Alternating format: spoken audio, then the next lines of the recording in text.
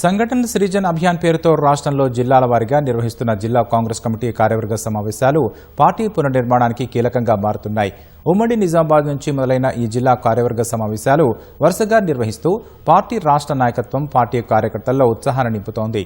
రాష్ట్రంలో అధికార కాంగ్రెస్ పార్టీ సంస్థాగతంగా బలోపేతం కావడానికి పార్టీ రాష్ట్ర నాయకత్వం కార్యక్రమాలు విస్తృతంగా చేపట్టింది. కాంగ్రెస్ పార్టీ మరోసారి తన సంస్థాగత శక్తిని ప్రదర్శించే దిశగా అడుగులు వేస్తోంది.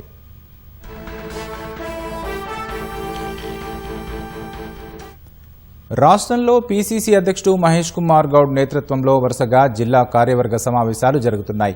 వీటితో తెలంగాణ రాజకీయాల్లో ఒక స్పష్టమైన మార్పు కనిపిస్తోంది. మొదటి దశలో జిల్లాల వారీగా డీసీసీ కమిటీల పునర్నిర్మాణం జరిగింది.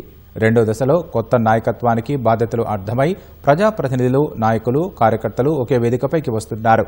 మూడో దశలో గ్రామ, మండల స్థాయిలో పార్టీ బలోపేతం, కార్యకర్తలు చురుగ్గా తయారు చేయడం లక్ష్యం. ఇప్పటికే రాష్ట్ర వ్యాప్తంగా 20కి పైగా జిల్లాల్లో సమావేశాలు పూర్తయ్యాయి.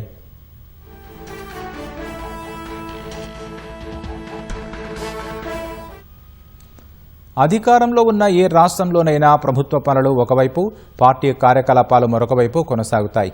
కానీ రాష్ట్రంలో సీఎం రేవంత్ రెడ్డి, పీసీసీ అధ్యక్షుడు మహేష్ కుమార్ గౌడ్ మధ్య సమన్వయంతో పార్టీ, ప్రభుత్వ పాలన రెండూ సమానంగా చూసుకునే అవకాశం ఏర్పడింది. మంత్రులు స్వయంగా పార్టీ సమావేశాల్లో పాల్గొంటున్నారు. ప్రభుత్వ పథకాలు, రైతు సంక్షేమం, బీసీ రిజర్వేషన్లు, కులగణన, పాలమూరు రంగారెడ్డి ప్రాజెక్టులు కార్యకర్తల ద్వారా ప్రతి గ్రామానికి చేరేలా అమలు చేస్తున్నారు.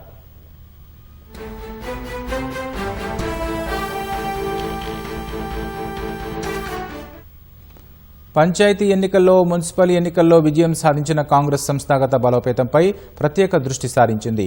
రాజకీయ అజెండాపై దృష్టి పెట్టి జాతీయ, రాష్ట్ర స్థాయి అంశాలను గ్రామస్థాయి కార్యకర్తల వరకు విస్తరిస్తూ రాజకీయ అవగాహన పెంచుతోంది. స్థానిక సమస్యలపై నేరుగా స్పందించేలా రాష్ట్ర నాయకత్వం పనిచేస్తోంది.